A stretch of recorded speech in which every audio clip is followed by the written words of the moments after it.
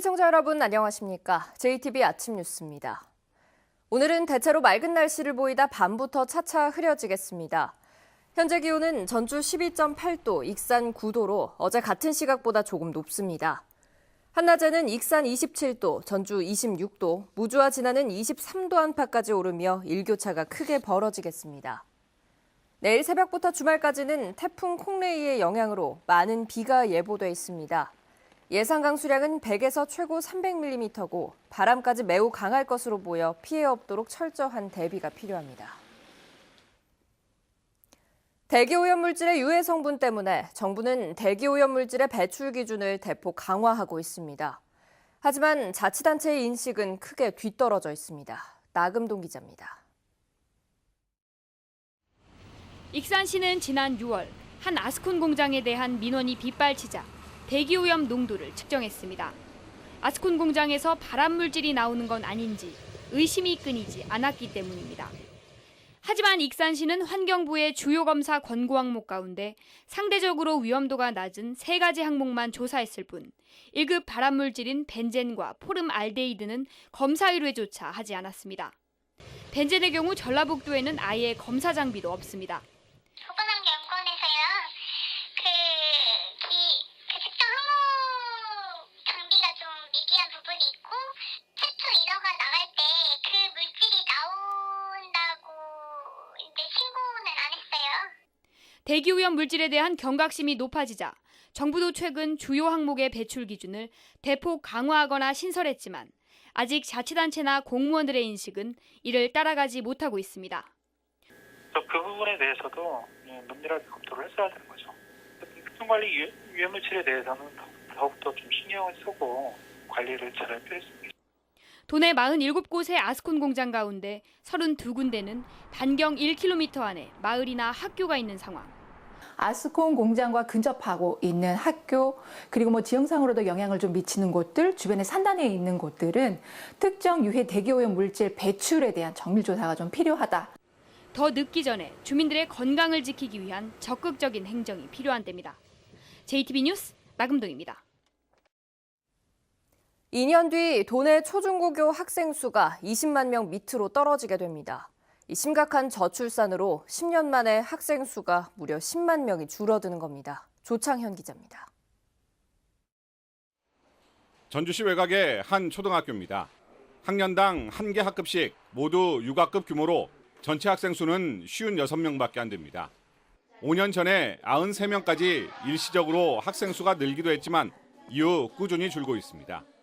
지난해 12명이었던 신입생 수도 올해는 10명으로 줄었습니다. 예전에 비해 젊은 층의 부모가 적을 뿐만 아니라 아이를 적게 낳고 여기는 도시의 변두리 지역이어서 큰 주택단지가 없기 때문에 해마다 학생 수가 감소된다고 생각합니다. 올해 도내 초중고등학교 학생 수는 21만 800여 명입니다. 2007년에 30만 명을 넘었던 학생 수가 10년 만에 10만 명 가까이 줄어든 것입니다. 2년 뒤인 2020년에는 사상 처음으로 학생 20만 명 선이 붕괴될 것으로 예측됐습니다. 도내 초등학생 10만 명 선은 2년 전에 깨졌고 올해 신입생이 한 명도 없는 초등학교도 10곳이나 됩니다. 저출산에 따른 학령 인구 감소가 현실로 다가오면서 전북교육청이 학생 배치 계획을 수정했습니다.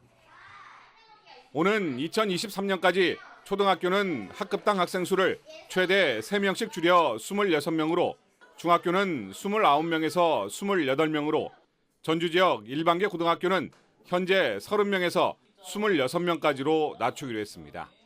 경제 논리에 따른 학교 통폐합이나 학급수 감축이 아니라 학급당 학생 수를 줄여서 교육 여건을 개선할 수 있도록 하겠습니다. 특히나 도심 지역에 학급당 학생 수가 많은데 이걸 줄여서 교육 과정이 정상화될 수 있도록 하겠습니다. 교육청은 학령 인구 감소가 현실로 다가온 만큼 학급당 학생 수 감축과 수업 개선 등을 통해 위기를 기회로 만드는 발상의 전환이 필요하다고 밝혔습니다. JTB 뉴스 조창현입니다. 최근 드론이 실생활에서도 유용하게 활용되고 있는데요. 농업 현장에서도 마찬가지입니다. 방제와 파종 등 여러 가지 농산일에 드론이 투입돼 사람을 대신하고 있습니다. 보도에 송창용 기자입니다. 드론 한 대가 논 위를 날아다니며 약을 뿌립니다. 10분 동안 작업할 수 있는 면적은 최고 1.2헥타르. 경운기로 한다면 5시간은 걸릴 일입니다. 콩밭에 비료를 뿌리는 일도 드론이 맡습니다.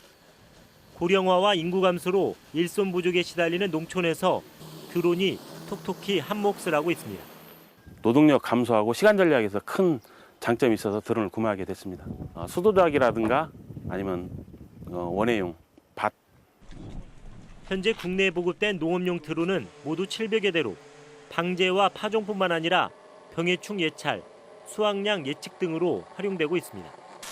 기술의 발달로 한 대의 드론으로 여러 가지 농작업을 할 수 있게 됐고 가격은 평균 3천만 원대에서 2천만 원대로 낮아졌습니다. 밑에 장비만 교체를 하면은 카메라 짐벌 달거나 아니면 튜브 이런 걸로 인명 구조나 촬영, 기타 이런 걸로 여러 가지 다 활용할 수 있습니다. 농촌진흥청은 현재 농업용 드론으로 개발된 20여 개의 기종을 한데 모아 선보이고 기술 시연회를 열었습니다. 파종과 방제용에서 작황의 예측, 궁극적으로는 토양과 물의 분석까지도 확대할 수 있는 이런 산업용으로 발전을 꾀가도록 하겠습니다. 농업용 드론 시장은 앞으로 크게 성장할 것으로 전망되지만 아직 고령 농민이 이용하기가 쉽지 않고 전용 약재도 부족해 이 같은 한계를 극복하기 위한 기술 개발도 필요한 상황입니다. JTB 뉴스 송창용입니다. 강화도 만이산과 익산 미륵사지에서 전국체전과 장애인체전 성화가 채화됐습니다. 먼 길을 달려온 성화는 어제 전북도청 광장에 안치됐는데요. 이제 곧 성화봉송이 시작됩니다. 정원익 기자입니다. 단군 왕검이 강림한 참성단에서 아름다운 춤사위를 선보이는 7선녀. 잠시 뒤 성화봉을 받아든 한 선녀가 가을 햇빛을 모아 불을 붙입니다.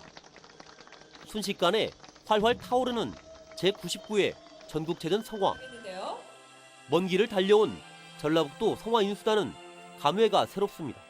15년 만에 우리도 전라북도에서 전국체전이 개최되는데요. 여기 전국체전을 밝혀줄 성화가 이곳 안이산에 체화를 했습니다. 너무 뜻깊게 생각을 하고요. 3명의 봉송 주자들은 만이산 정상에서 산 아래까지 2km를 달린 뒤 전라북도에 성화를 넘겼습니다. 익산 미륵사지에서는 전국체전 뒤 열리는 전국 장애인체전 성화가 성스러운 불을 붙였습니다.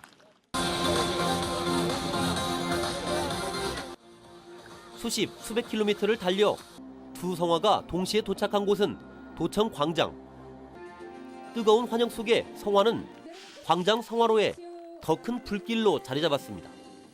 사상 최초로 전국체전과 장애인체전 성화봉송을 동시에 진행하고 성화봉 또한 전라북도 핵심 산업 탄소 섬유 소재로 제작을 했습니다.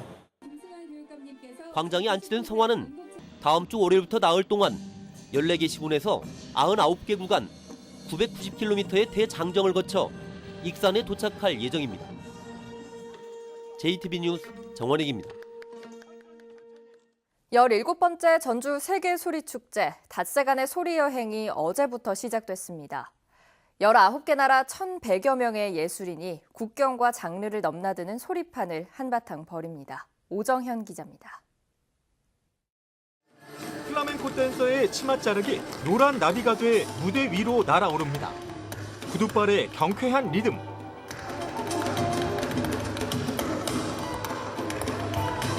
우리가락과 즉흥으로 버무려진 오묘한 앙상블이 공간을 가득 채웁니다. We are going to have a cultural dialogue between Pansori and flamenco. It's the first approximation, and I hope you enjoy it today. 삶의 유한함 앞에 더욱 간절해지는 햇소리는 음악의 원형에 가깝습니다. 이번 축제 하이라이트로 꼽히는 한국의 굿 시리즈. 푸진 굿파는 축제 내 매일 펼쳐집니다. 북구경도 하고 음식도 나눠 먹고 같이 어우러져서 춤도 추고 또 공수도 이제 언제 어느 때 어떨 것이다 기도 뽑고. 옛것에 새로운 해석이 더해진 소리판 모두 150여 편이 쉴 새 없이 무대를 장식할 예정입니다. 민속악의 정수를 보여줄 판소리 5바탕과 산조의 밤은 올해도 어김없이 이어집니다.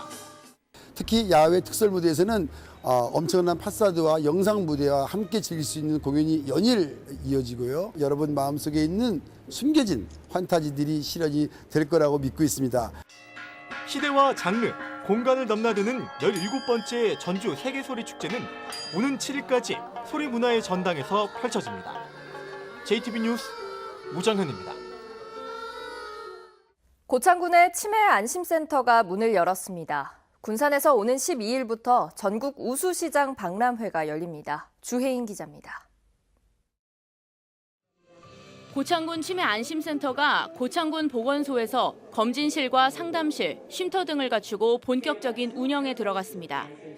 센터에서는 간호사 등 전문 인력이 치매 예방과 검진, 진료와 더불어 환자 가족 지원 서비스도 제공합니다. 치매 환자뿐만 아니라 치매 환자 가족분들께서도 필요한 지식도 얻으시고 미리 예방하고 치료할 수 있는 모든 서비스를 제공하겠습니다. 전국 우수시장 박람회가 오는 12일부터 사흘간 군산 새만금 컨벤션 센터에서 열립니다. 박람회에는 전국 140개 전통시장이 참여하고 장터와 청년상인관 등 147개의 전시관이 운영됩니다. 전국에서 20만 명 이상이 군산시를 찾을 것으로 예상이 됩니다. 따라서 최악의 경제 위기를 겪고 있는 우리 지역에 활력이 들 것으로 기대하고 있습니다.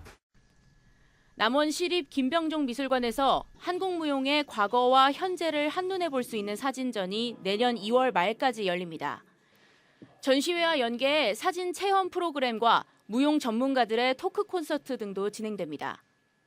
가족분들과 연인분들과 우리 미술관에 많이 오셔서 전시도 보시고 힐링도 하시길 바라겠습니다. 김제 지평선 축제 자원봉사자 200명이 발대식을 갖고 성공적인 축제 지원을 다짐했습니다. 지평선 축제는 내일부터 닷새간 벽골제 등에서 열립니다. JTB 뉴스 주혜인입니다. 전북의 노인 인구 비율이 20%에 육박해 전국에서 세 번째로 높은 것으로 나타났습니다. 통계청에 따르면 올해 기준 전북의 65세 이상 노인 인구는 34만 7천 명으로 전체 도민의 19%를 차지했습니다. 이 같은 비율은 전국 17개 시도에서 전남과 경북에 이어 세 번째로 높은 겁니다. 통계청은 전북의 노인 인구 비율이 2025년에는 24.8%, 2035년에는 34.1%로 높아질 것으로 전망했습니다.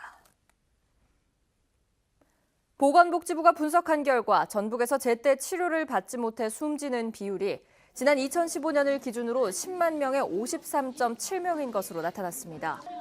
이는 44.6명인 서울에 비해 20%가 높습니다. 시군별로는 고창군이 70.4명으로 가장 높았고 남원도 70.2명이나 된 반면 장수군과 무주군은 각각 38.1명과 39.5명으로 상대적으로 낮았습니다. 군산사랑상품권 1차 발행분이 지난달 3일 판매가 시작된 뒤 한 달 만에 모두 소진됐습니다. 군산시는 군산사랑상품권 1차 발행분인 148억이 한 달 만에 모두 팔려 오는 15일부터 2단계로 110억 원의 상품권을 판매할 방침이라고 밝혔습니다. 군산사랑상품권이 한 달 만에 판매된 데는 상품권 액면가보다 10% 할인된 금액으로 구입할 수 있기 때문으로 분석됩니다. 전주시 팔복동 산업단지 주변에 에너지 자립마을이 조성됩니다. 전주시는 한국에너지공단의 신재생에너지 융복합 공모사업에 선정돼 국비 14억 원 등 모두 28억 원을 투입해 팔복동 산단과 조촌동, 동산동 일원에 에너지 자립마을을 조성할 계획이라고 밝혔습니다. 전주시는 내년부터 팔복동 산단에 태양광 발전시설 9개소, 동산동과 조촌동 등에 205개의 발전시설을 설치할 계획입니다. 전북교육청이 필리핀의 교육 정보화 협력을 위해 정보화 기기 등을 보급하기로 했습니다. 도교육청은 올해 말까지 필리핀 카비테주 ICT 교육센터와 공립학교에 개인용 컴퓨터 100여 대와 컴퓨터 책상, 이동식 스크린 등 40여 대를 보내기로 했습니다. 이에 따라 한국형 인터넷 강의 프로그램이 동남아시아로 확산되고 국내 정보화 기업의 해외 진출 기반도 마련될 것으로 전망됩니다.